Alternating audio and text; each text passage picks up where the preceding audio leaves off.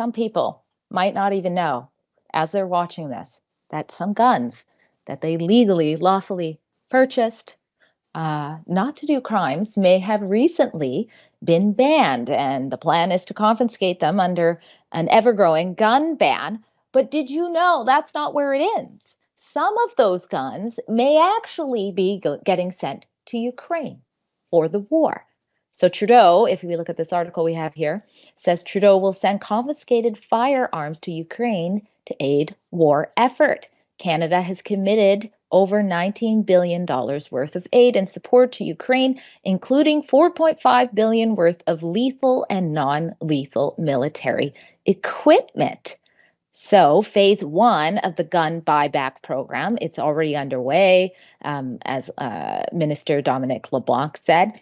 They've added 324 additional makes and models Thursday to the federal list of prohibitive guns. And what they did is they contacted Ukraine and said, hey, do you guys want some of these guns? And Ukraine said, yeah. So if you go to this video with, if we click on the Bill Blair video, and I think around timestamp 50 seconds or something like that is a good place to show people what's going down. It's in the article there. I think it's our first embedded tweet.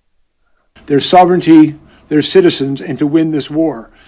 And since 2015, Canada has committed over $19 billion worth of aid and support to Ukraine, including $4.5 billion worth of lethal and non-lethal military equipment.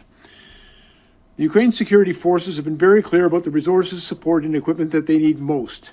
And we have always listened to them and tailored our donations to best meet those needs.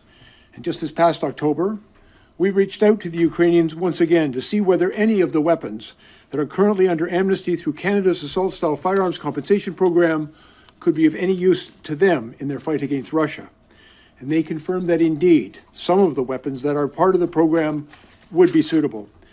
And so I am pleased today in joining in this announcement to announce also that the Department of National Defence will begin working with the Canadian companies that have weapons that Ukraine needs and which are already eligible for the assault-style firearm compensation program in order to get these weapons out of Canada and into the hands of the Ukrainians. For companies that choose to participate in this initiative, the Government of Canada will pay them with the same amount, exactly the same amount for weapons donated to Ukraine as they would have paid them to participate in the existing compensation program as outlined by my colleague, Minister LeBlanc. Every bit of assistance that we can offer to the Ukrainians is one step towards their victory and a worthwhile investment of our collective time and efforts. Ukrainians are fighting not only for their sovereignty and freedom, but they're also fighting for the rules-based international order that has kept the world safe for nearly 80 years. And our support for Ukraine in this fight will be steadfast and committed. We will continue to support Ukraine with all of the help that we can to ensure that they have the resources and support that they need to win this war and to rebuild once the fighting stops. Thank you very much.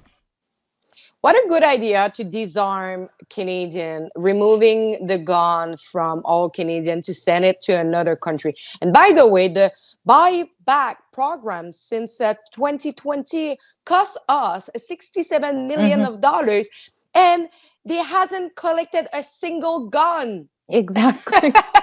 Exactly. And how much will it cost if and when they actually do have to go out, and how many resources will be lost? This is a good time to give us a Rumble rant about this, what you think about the gun grab.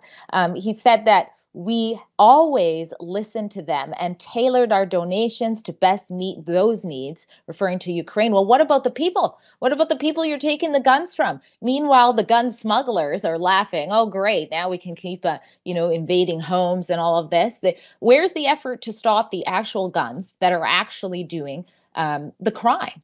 Oh, it makes it so. And by the way, I don't remember like the statistic about which kind of gun committed the crime, but the majority of the crime have been committed with illegal guns. Yes, it's almost always illegal guns. And then when it's not an illegal gun and you look at gun crime, it's usually like oh, somebody who didn't lock up their gun properly. Exactly. Like if it's a legal gun owner getting in trouble, that's almost what it is. It's very rarely that the legal gun owners are the ones out there killing and, of course, involved in the gangs and stuff like that. So it's just such a farce all around.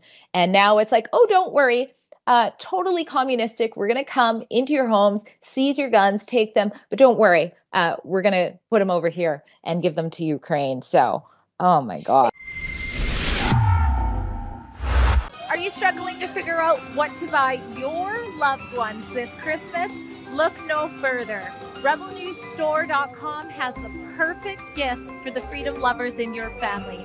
Whether it's Convoy Christmas, Canadian Christmas, or my personal favorite, all I want for Christmas is a new Prime Minister. Can I get an amen? There will be consequences. We have so much, including the classics that your loved ones can wear all year long, like our Rebel gears, our Hey, We Are Ungovernable, and another one of my favorites, Trudeau Castro. So head to rebelnewsstore.com and use the code RebelChristmas to save 15% today. Merry Christmas!